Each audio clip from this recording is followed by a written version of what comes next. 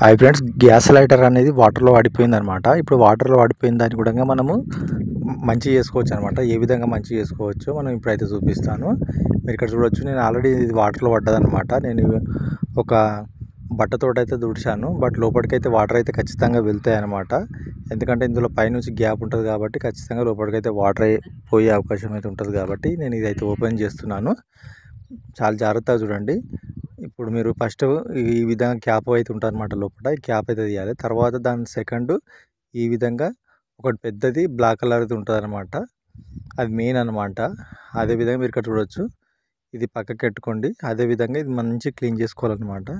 మీ దగ్గర బట్ట ఉంటే బట్టతో మంచిగా క్లీన్ చేసుకోవాలి. అదేవిధంగా లోపల కూడా వాటర్కి వెళ్తాయి కాబట్టి అది కూడా మీరు మంచిగా క్లీన్ అయితే చేసుకోవాలన్నమాట.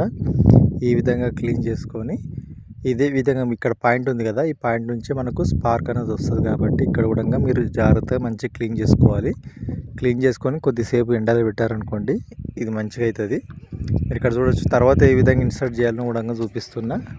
ఈ విధంగా పెద్దది పెట్టాలన్నమాట. ఇది చూడవచ్చు, ఈ విధంగా పెద్దది అయితే ఉంటుంది అనమాట. ఇప్పుడైతే ఈ విధంగా పెద్ద అయితే లోపలికి ఇన్సర్ట్ అయితే చేయాలన్నమాట. చాలా జాగ్రత్తగా ఇన్సర్ట్ చేసి, ఇంతకుముందు క్యాప్ తీసాం కదా, క్యాప్ అనేది దీని ఈ పైన ఈ విధంగా ఆ ప్లేస్లోనే హోల్డ్ చేసి ఈ విధంగా క్యాప్ అయితే పెట్టాలి. మీరు ఇక్కడ చూడొచ్చు.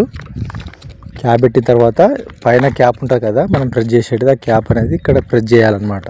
ప్రెస్ చేసి మంచి గట్టిగా ప్రెస్ చేసి తింపాలన్నమాట. ఇప్పుడు మనకు వస్తుందో రాదు చూద్దాము. స్పార్క్ వస్తుందో రాదు చూద్దాము. చూడండి, నేను టార్చ్ అనేది ఆఫ్ చేస్తాను. పోనుకున్న టార్చ్ అయితే ఆఫ్ చేస్తాను. ఆఫ్ చేసి మీరు ఇక్కడ చూడొచ్చు, ఇక కొడుతున్నా కదా, వచ్చింది. ఇక స్పార్క్ అయితే వచ్చిందనమాట. కనిపిస్తుంది ఆ స్పార్క్ అయితే ఖచ్చితంగా వచ్చిందనమాట. ఈ విధంగా మీరు కూడా మంచిగా చేసుకోండి.